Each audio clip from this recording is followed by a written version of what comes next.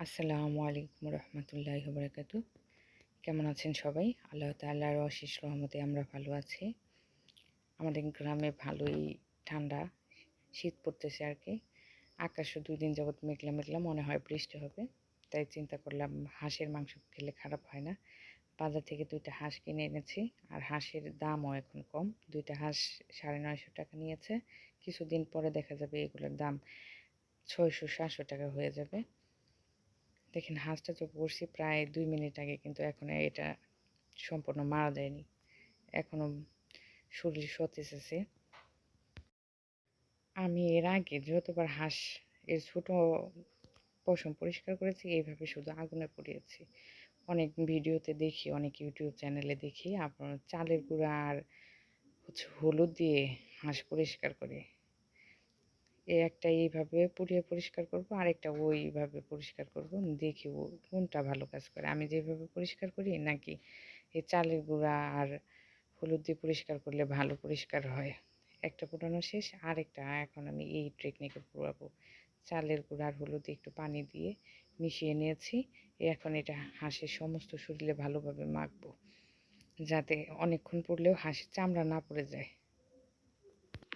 হাঁসের গায়ে আমার আটা মাখা হয়ে গেছে, এখন এটাকে সুন্দরভাবে আগুনে পোড়াবো। হাঁস পোড়ানোর আগে যদি হাঁসের মাথা আর পা কেটে ফেলতাম তাহলে আমার হাতে আগুনের বেশি তাপ লাগতো।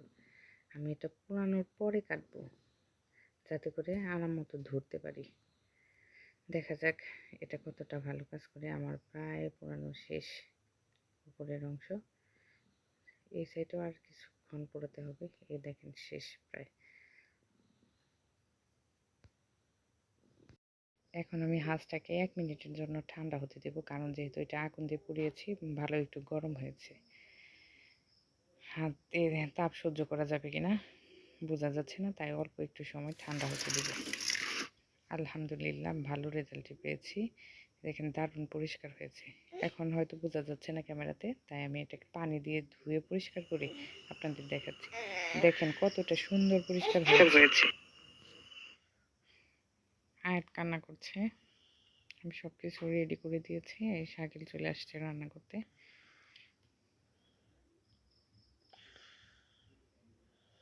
হাঁসের মাংস একটু ঝাল ঝালে বেশি মজা লাগে। আমার কাছে যে কোনো ধরনের মাংস একটু ঝাল হলে বেশি মজা লাগে। আজকে হাঁসটাও ঝাল ঝাল করে রান্না করব। এই পর্যায়ে আমি এখন বাটা মশলাগুলো দিব। আমার কাছে মনে হয় বাটা মশলাগুলো একটু তেলে ভেজে নিলে ভালো হয়। প্রত্যেকটা মশলার একটা আলাদা ফ্লেভার আছে, সেটা ভালোভাবে মাংসে বোঝা যায়।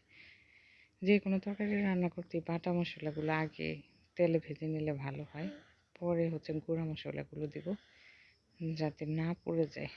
আগে যদি গুঁড়া মশলাগুলো দিই তাহলে দেখা যাবে যে পুড়ে যাবে। বাটা মশলাগুলো সুন্দর করে ভাজা হয়েছে। এখন আমি পানি দিয়ে এর মধ্যে হলুদের গুঁড়া, মরিচের গুঁড়া, সজের গুঁড়া এগুলো দিয়ে দিব। এখন আর এগুলো পুড়বে না। আর মশলাটা এমনভাবে কষাবো যখন এর উপরে তেল উঠে আসবে, ঠিক এরকম।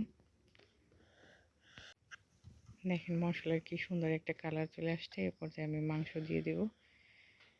যে কোনো মশলা কষানোর সময় যখন এইভাবে তেল চলে আসবে বুঝতে পারবেন যে মশলা ভালোভাবে কষানো হয়ে আছে। আমি এই মাংসে এখন আর কোনো ধরনের পানি অ্যাড করব না। মাংস থেকে যে পানি বের হবে সে পানি দিয়ে মাংসটা ভালোভাবে কষানো হয়ে যাবে।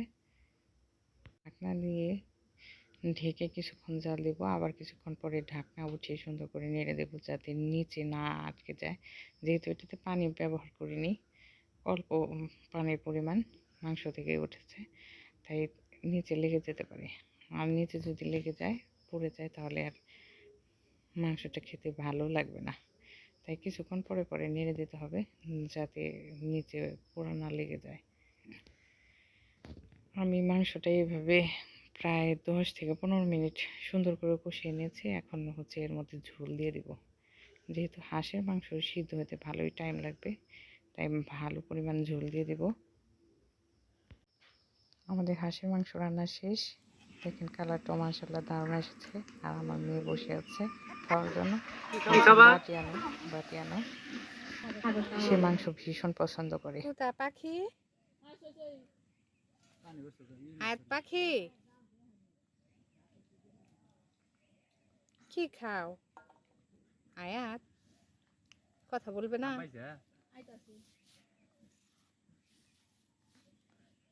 আয়াত পাখি,